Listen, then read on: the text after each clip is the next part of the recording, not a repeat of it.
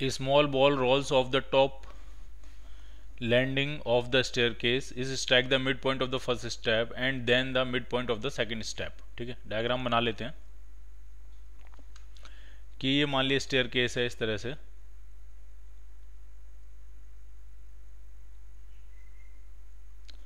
और एक बॉल जो है वो रोल होती हुई आती है टॉप सरफेस से।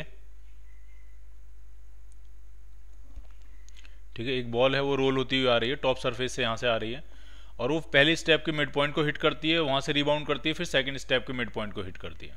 ठीक, और जो आपकी स्टेयर्स हैं इनकी हाइट और विड्थ जो है वो इक्वल है। ठीक है, तो डायग्राम बनाते हैं कुछ इस तरह से। मान लिया ये जो बॉल आई है इस तरह से यहाँ पे आके हिट करती है मिड पॉइंट पे, फिर यहाँ से जब रिबाउंड करेगी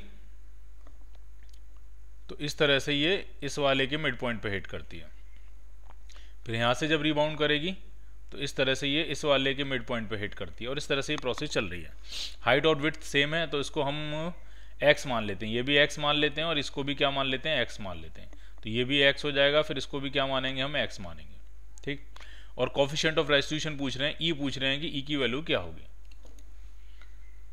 ठीक, तो अब आराम से सेटल करते हैं, वो समझो आप। जैसे मान लिया इसके पास हॉरिजॉन्टल वेलोसिटी थी u, तो हमें जब भी कोलिजन होगा या कोलिजन होने के बाद रिबाउंड भी करेगा तो हमेशा हॉरिजॉन्टल वेलोसिटी में तो कोई फर्क नहीं पड़ेगा, वो तो हमेशा यू ही रहेगी, क्योंकि जब भी कोलिजन होगा तो जो वेलोसिटी चेंज होगी वो वर्टिकल वेलोसिटी होगी, हॉरिजॉन्टल मोशन में कहीं कोई इफेक्ट नहीं आएगा, तो हमेशा हॉरिजॉन्टल वेलोसिटी कितनी रहेगी, यू।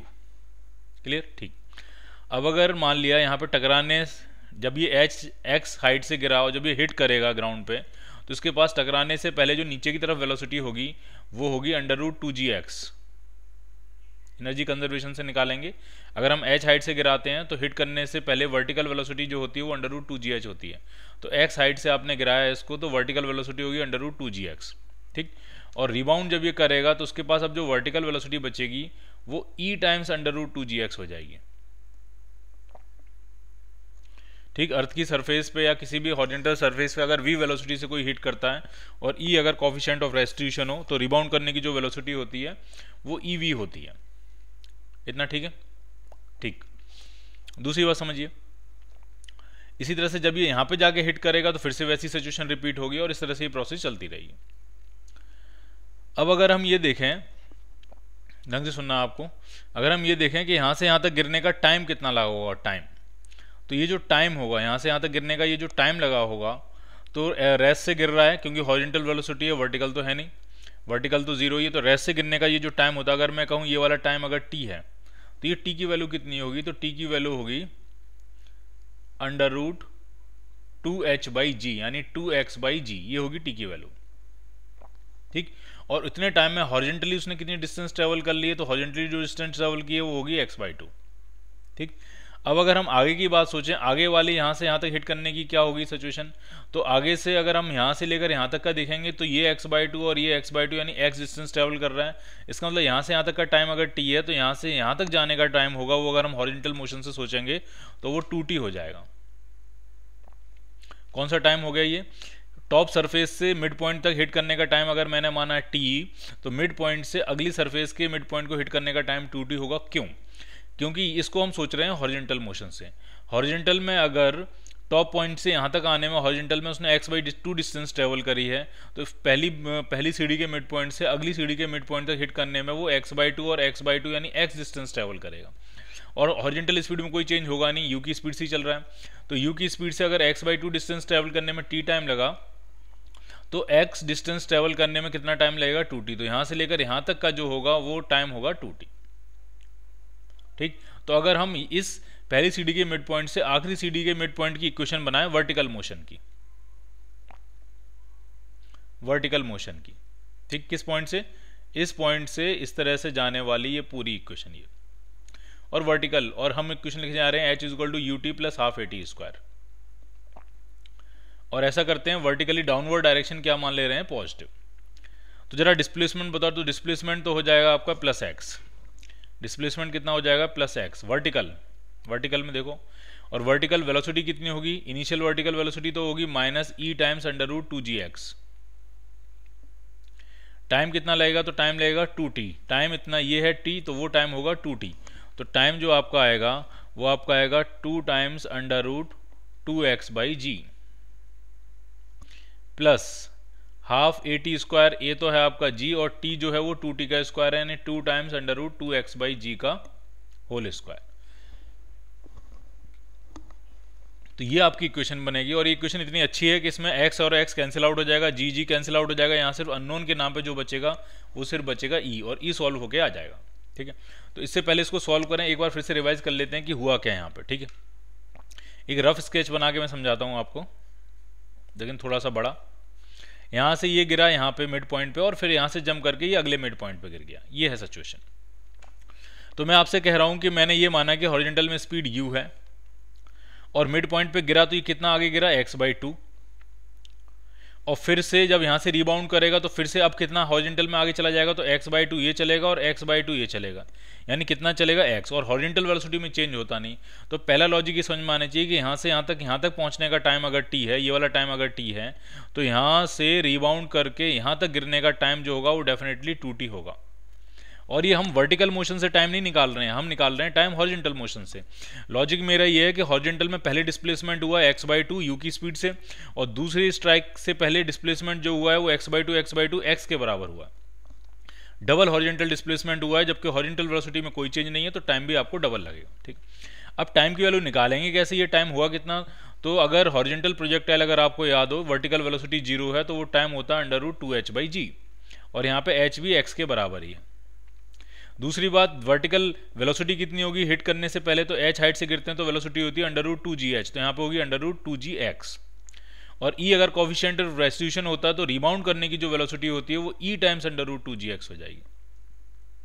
और इस पॉइंट से इस पॉइंट तक, यहाँ से लेकर यहाँ तक अगर हम वर्टिकल मोशन में इक्वेशन लगाएं सेकंड, तो ये इक्वेशन बनेगी, और इसको सॉल्व करना वाकई बहुत आसान है। कैसे, ये √g से √g कैंसिल आउट, और यहाँ पे भी स्क्वायर जब हम करेंगे तो स्क्वायर में g से g कैंसिल आउट। यहाँ देखते हैं क्या आने वाला, x = माइनस, ठीक है, √2 यहाँ 2 ये रहे 2e, √2 यहाँ √2 यहाँ, तो ये भी 2 बन जाएगा, और √x क्या बन जाएगा, x बन जाएगा। अब जरा इसमें देखते हैं क्या आने वाला है, प्लस हाफ, इसका स्क्वायर करेंगे तो ये आपका आ जाएगा 8, और यहाँ आ जाएगा x, तो इससे कैंसिल करेंगे ये हो जाएगा 4, और 4x को इधर लेके आते हैं और ये x यहाँ पहले से है तो ये हो जाएगा -3x = हो गया -4ex, माइनस से माइनस कैंसिल, x से x कैंसिल, और e की वैल्यू यहाँ से आ गई 3/4। तो जो कोफिशिएंट ऑफ रेस्टिट्यूशन आपको मिलेगा वो आपको मिलेगा 3/4। So your answer is B part. तो ये आसान नहीं था, ठीक है, इसमें काफ़ी सारी चीज़ें एनालाइज करनी थी, ठीक है, लेकिन अच्छा क्वेश्चन था।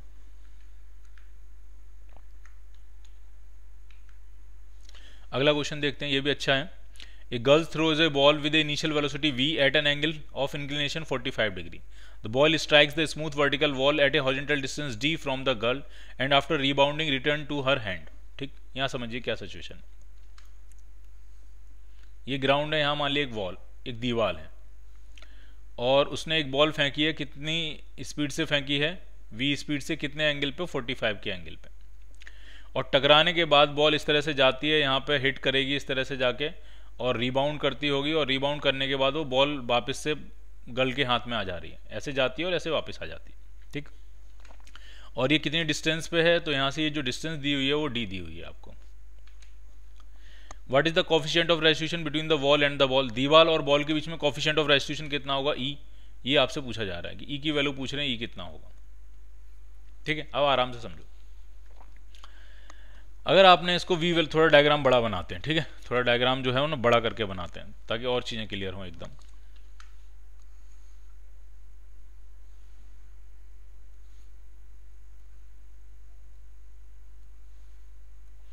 ये बॉल इस तरह से जाएगी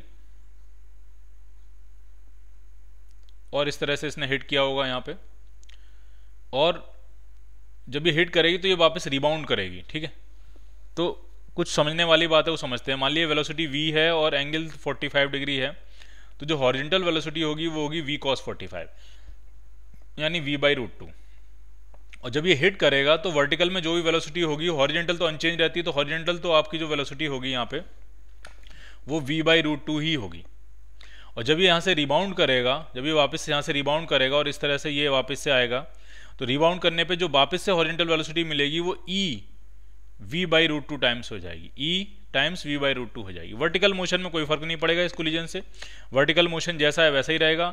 वर्टिकल मोशन में कोई फर्क नहीं पड़ेगा, मैक्सिमम हाइट में कोई फर्क नहीं पड़ेगा, टाइम ऑफ फ्लाइट में कोई फर्क नहीं पड़ेगा। टाइम ऑफ फ्लाइट अब भी कितना रहेगा, तो रहेगा 2v साइन 45, साइन 45 हो गया 1 by root two upon g. 2u sine theta by g होता है, तो 2v साइन 45 यानी root two v upon g, ये टाइम ऑफ फ्लाइट रहेगा, टोटल आना जाना टोटल टाइम, क्योंकि वर्टिकल मोशन में कोई फर्क नहीं है, कोलिजन जो हो रहा है उससे हॉरिजॉन्टल मोशन अफेक्ट हो रहा है। और ये डिस्टेंस कितनी है, ये डिस्टेंस है d।